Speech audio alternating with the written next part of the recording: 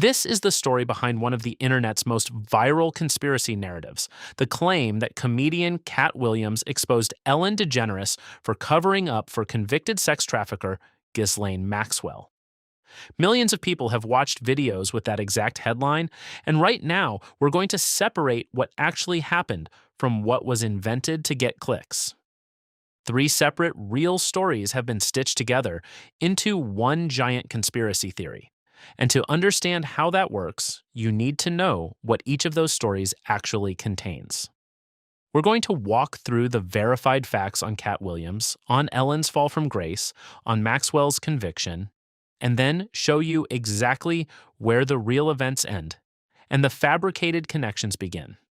On January 3rd of 2024, comedian Katt Williams sat down with NFL Hall of Famer Shannon Sharpe on the Club Shay Shay podcast for a conversation that ran close to 3 hours. That single episode eventually racked up over 86 million streams, and at one point it overtook Joe Rogan's interview with Elon Musk to become the most watched interview in YouTube history. Saturday Night Live parodied it less than 3 weeks later, on January 20th, with Ego Nwodim playing Williams and Devin Walker stepping in as Sharpe. Williams arrived with a list of targets, and he went after every single one. Steve Harvey, Kevin Hart, Cedric the Entertainer, Ricky Smiley, Tiffany Haddish, and Ludacris all caught direct fire during those 3 hours. One of the biggest claims involved Harvey allegedly stealing the concept for his sitcom from comedian Mark Curry's show Hangin' with Mr. Cooper. Williams also accused Cedric the Entertainer of lifting one of his jokes, pointing out that his own version aired on television in 2018, while Cedric's appeared on the Kings of Comedy stage in 2019. Sean Diddy Combs came up as well, with Williams expressing a deep distrust of Diddy's party invitations.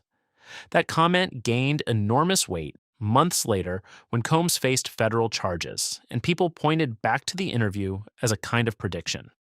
Williams also discussed Taraji P. Henson, Nick Cannon, Jonathan Majors, Kanye West, and the internal dynamics of the Kings of Comedy tour, including what he described as negative treatment directed at the late Bernie Mac. When GQ sat down with Williams in November of 2024 for their Men of the Year feature, he reflected on the interview and explained that competition hadn't driven his remarks. His complaint was about a comedy industry where talent alone didn't determine who rose to the top, and where other factors he didn't name had warped the playing field. Sharpe himself told GQ he never expected the conversation to take the direction it did, admitting he'd planned a different set of questions before Williams simply took off on his own. Here is the part that matters for this video. In the entire Club Shay Shay interview, across both parts totaling nearly 3 hours, Katt Williams did not mention Ellen DeGeneres by name. He did not reference Ghislaine Maxwell. He made no claim that Ellen was covering up for anyone connected to the Epstein case. The people he named were other comedians, Diddy, and various Hollywood figures, none of whom were Ellen. That fact alone unravels the central premise of every video carrying the title you probably clicked on to find this one. Ellen's actual story is dramatic enough without any conspiracy attached to it. The Ellen DeGeneres Show ran for 19 seasons from 2003 to 2022, and for most of that time she was among the most recognizable and beloved figures on American television. Her catchphrase was, "Be kind to one another," and her brand revolved entirely around warmth, generosity, and positivity. That image started cracking in July of 2020 when BuzzFeed News published an expose based on interviews with 1 current and 10 former staffers. They described an environment defined by racism, fear, and intimidation behind the scenes of the show. 2 weeks after that initial report landed, a second BuzzFeed investigation dropped with accusations from 36 former employees who named 3 executive producers, Kevin Lehman, Ed Glavin, and Jonathan Norman, alleging sexual misconduct and harassment. Ellen sent an apology letter to her staff, writing that she had relied on others to do their jobs as she would want them done, and that clearly some had not. Warner Media launched an internal investigation, and 3 producers were fired. Ellen addressed the scandal on air when the show returned, telling viewers she took responsibility for what happened on her show, and that she was sorry to those affected. Comedian Greg Fitzsimmons, who worked as a writer on the show, later called her a control freak who oversaw an atmosphere where a lot of crying happened in the hallways. On May 12th of 2021, Ellen announced the 19th season would be her last.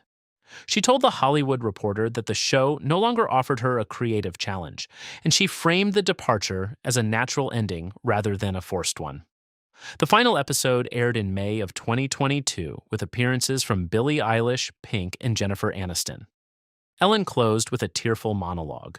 Years later, she admitted the ending still stung.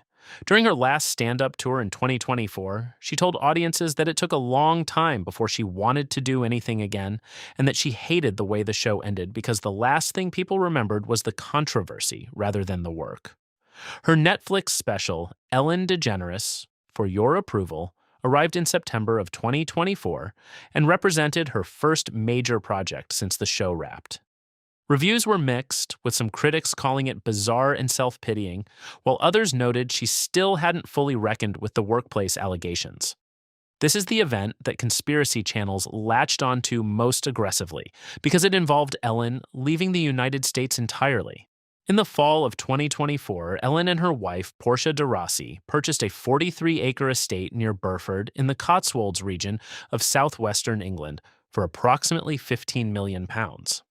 They moved in around November of 2024. Ellen herself explained the timing during a conversation with broadcaster Richard Bacon at the Everyman Theatre in Cheltenham in July of 2025.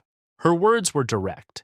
She said they arrived the day before the election, woke up to texts from friends with crying emojis, realized Trump had won, and decided to stay. That matches reporting from multiple outlets confirming the couple had initially planned to split their time between California and England before making the move permanent after Trump's re-election. The couple ended up leaving that first property less than a month after moving in, partly due to flooding from the River Windrush, and partly because Portia needed space for her horses, which they had flown over from the United States. They listed the renovated farmhouse for £22.5 million. Roughly $10 million more than the purchase price after extensive renovations, and moved into a different property in the same area. A planning application filed in March of 2026 revealed their intention to build horse stables on the original property, suggesting they planned to keep it as a long-term home after all. Ellen told the Cheltenham audience that the English countryside was unlike anything she was used to, describing the village's architecture and simpler pace of life as charming. There was no mention of legal concerns, Epstein files, or any other motivation beyond politics and lifestyle. Ghislaine Maxwell was born on Christmas Day, 1961 in France, the youngest of Robert Maxwell's 9 children. After her father's death in 1991, she relocated to New York and developed a close relationship with financier Jeffrey Epstein. Federal prosecutors later established that between 1994 and 2004, Maxwell played a direct role in recruiting and grooming underage girls for Epstein's sexual abuse. Maxwell was arrested in July of 2020 following a federal indictment. Her trial ran from November 29th through December 29th of 2021, ending with a guilty verdict on 5 of 6 counts, including sex trafficking of a minor. She was acquitted on the 6th charge, enticement of a minor to travel for illegal sex acts. Judge Allison Nathan sentenced her on June 28th of 2022 to 240 months in prison, which came in above the sentencing guidelines range of roughly 188 to 235 months. Prosecutors had pushed for 30 to 55 years, while Maxwell's defense team asked for just over 4 years. Before the sentence landed, Maxwell addressed the court and called Epstein manipulative and cunning, expressing that she was sorry for the pain victims experienced while stopping short of accepting personal responsibility. Judge Nathan noted that Maxwell had directly, repeatedly, and over many years participated in a horrific scheme involving victims as young as 14 years old. 8 women submitted victim impact statements, and Annie Farmer, the only accuser to testify using her full name, spoke publicly about the conviction. Maxwell's appeal reached the U.S. Court of Appeals for the Second Circuit, which upheld all 5 convictions and her sentence on September 17th of 2024. By early 2025, her attorney David Oscar Marcus had petitioned the Supreme Court to hear a further appeal, and Maxwell was transferred from a Florida facility to a federal prison in Texas. She met with a top Justice Department official, and her lawyer confirmed she answered every question put to her. Her scheduled release date stands at July 17th of 2037. Now that you have the verified timeline for all three stories, here's the part that the clickbait videos leave out. There is no established connection between Ellen DeGeneres and Ghislaine Maxwell in any court document, DOJ release, or credible reporting. The U.S. Department of Justice stated that all material required under the Epstein Files Transparency Act has been released, and a full review of those documents was completed prior to publication.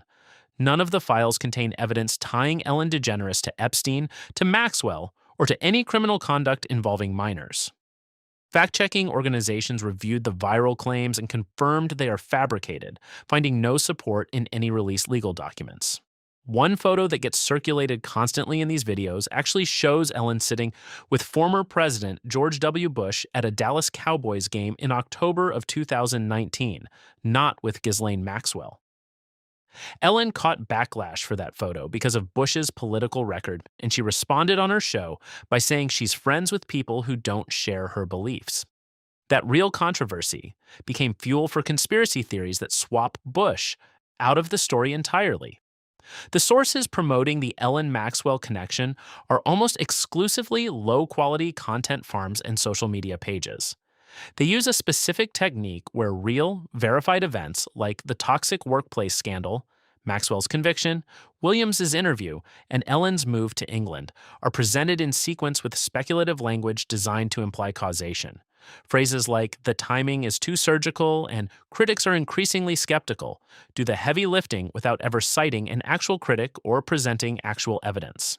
Katt Williams made general comments during the Club Shay Shay interview about Hollywood power dynamics and the way the industry controls who rises and who falls. Those comments were real. Content creators then grafted those comments onto a completely separate narrative about Ellen and Maxwell, manufacturing a connection that Williams himself never made. Understanding why people believe this story requires acknowledging that Ellen DeGeneres had already lost the public's trust before any of these conspiracy theories appeared. The 2020 workplace scandal, the gap between her Be Kind brand and what employees described, and the perception that she faced minimal consequences, all left a credibility vacuum.